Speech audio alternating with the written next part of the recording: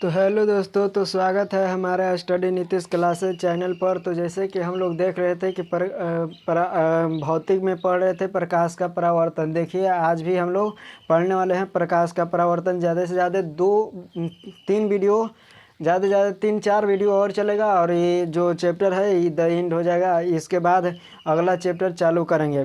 तो जैसे कि हम लोग देख लिए थे कि प्रकाश के परावर्तन में कहाँ पढ़े थे। तो जैसे आप लोगों को याद होगा कि समतल दर्पण के द्वारा बना प्रतिबिंब की विशेषता हम लोग बता दिए थे। समतल दर्पण द्वारा बने प्रतिबिंब की विशेषता हम लोग बता दिए थे। उसके बाद हम लोग पढ़ रहे हैं विपरिवर्तन किसको कहते हैं। विपरिवर्तन मतलब विपरिवर्तन किसको कहते हैं। तो देखिए विपरिवर्तन मतलब क्या होता है ना, कि इसमें क्या होता है कि जो हमारा जो प्रतिबिंब है, इस प्रतिबिंब इसके क्षैतिज अक्ष के जैसे यहाँ पे क्या है कि जैसे यहाँ पे रहेगा, यहाँ पे देखिए जैसे यहाँ पे मान लेते हैं कि क्या है, तो यहाँ पे दर्पण मान लेते हैं कि, और इस एक और ले लेते हैं यहाँ पे क्या है, ये इस तरह से इसको ले लेते हैं। अब यहाँ पे देखिए सबसे पहले क्या होता है ना कि विपरिवर्तन किसको कहेंगे। तो यहाँ विपरिवर्तन देखिए यहाँ पे ये क्या है, तो यहाँ पे है 180 डिग्री, यानी इसको कहीं भी लिख सकते हैं 180 डिग्री। ये एक प्रकार के सोज है। अब इसको क्या होता है कि यहाँ से ऐसे प्रतिबिंब और यहाँ से ऐसे प्रतिबिंब। जैसे देखिए ये विपरिवर्तन किसको कहेंगे, ये प्रतिबिंब है, ये क्या है तो किसी चीज़ का प्रतिबिंब है, अभी भी किसी चीज़ का प्रतिबिंब है। अब देखिए इसमें क्या होता है ना कि जब कोई वस्तु दर्पण के सामने अगर रहता है, जब कोई वस्तु अगर दर्पण के सामने हम रखते हैं तो क्या होता है कि ऊपरी वाला जो भाग है वो नीचे दिखाई देता है और नीचे वाला भाग है वो ऊपर दिखाई देता है। तो इसी को क्या कहते हैं, विपरिवर्तन कहते हैं। जैसे यहाँ पे क्या होता है, तो इसका परिभाषा जो होता है कि वह घटना जिसके कारण किसी वस्तु का प्रतिबिंब क्षैतिज अक्ष के रखी 180 डिग्री के पर घुमाया जाता है, जिसके फलस्वरूप उस वस्तु का प्रतिबिंब ऊपर वाला भाग नीचे और नीचे वाला भाग ऊपर दिखाई देता है, जिसे विपरिवर्तन कहते हैं। जैसे कि यहाँ पे देख सकते हैं विपरिवर्तन का क्या होता है कि इसमें जो दर्पण है, मान लेते हैं कि यहाँ पे कोई चीज़ दर्पण है, यहाँ पे कोई चीज़ दर्पण है, यहाँ पे रख देते हैं, यहाँ पे क्या है तो दर्पण है। अभी मान लेते हैं कि इसको अगर मान लेते हैं कि यहाँ पे एक मोमबत्ती लेते हैं, यहाँ पे क्या होगा कि मोमबत्ती लेते हैं। तो मोमबत्ती अगर लेंगे, यहाँ पे मोमबत्ती लेते हैं, अब यहाँ पे क्या हो रहा है कि जल रहा है, मोमबत्ती क्या हो रहा है जल रहा है। अब यहाँ पे मोमबत्ती क्या हो रहा है जल रहा है।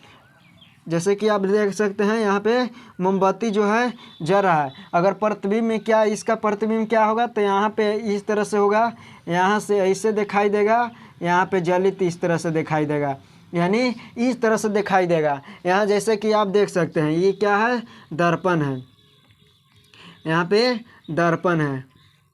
जैसे कि यहाँ पे भी हम लोग दिखाए हैं। तो क्या होता है कि जब किसी दर्पण के अगर सामने ले जाते हैं तो उसके क्षैतिज अक्ष है वो 90 डिग्री के एंगल पर घूम जाता है, जिसके वजह से क्या होता है ना कि 90 डिग्री नहीं सॉरी देखिए यहाँ पे 180 डिग्री के एंगल पर घूम जाता है, जिसके वजह से उसका जो प्रतिबिंब है ऊपर वाला भाग नीचे और नीचे वाला भाग ऊपर दिखाई देता है। बस इसी को क्या कहते हैं विपरिवर्तन कहते हैं। आई होप आपको समझ में आ गया होगा कि विपरिवर्तन किसको कहते हैं। विपरिवर्तन किसको कहेंगे ये आपको समझ में आ गया होगा। अब देखिए एक और है कि पार्श्व विपरिवर्तन किसको कहेंगे।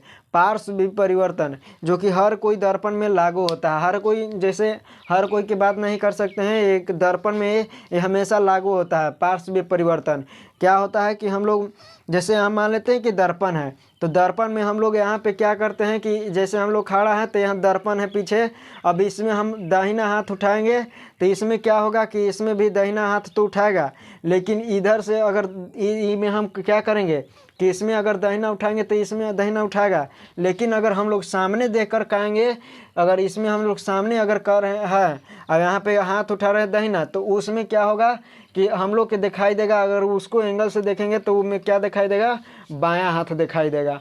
तो उसी को कहते हैं पार्श्व विपरिवर्तन। जैसे इसका परिभाषा क्या होगा इसका परिभाषा जो होगा, देखिए इसका परिभाषा होता है कि वह घटना जिसके कारण किसी वस्तु का प्रतिबिंब उदग्र अक्ष के परितः 180 डिग्री के कोण पर घूम जाता है, जिसके फलस्वरूप उसका प्रतिबिंब क्या होता है, दायां वाला भाग बायां और बायां वाला भाग दायां दिखाने लगता है। जैसे इसका प्रतिबिंब इसका क्या होगा, इसका जो होगा यहाँ पे देखिए, यहाँ पे क्या है कि यहाँ पे जैसे यहाँ पे 180 डिग्री पे एंगल पर घूमल है।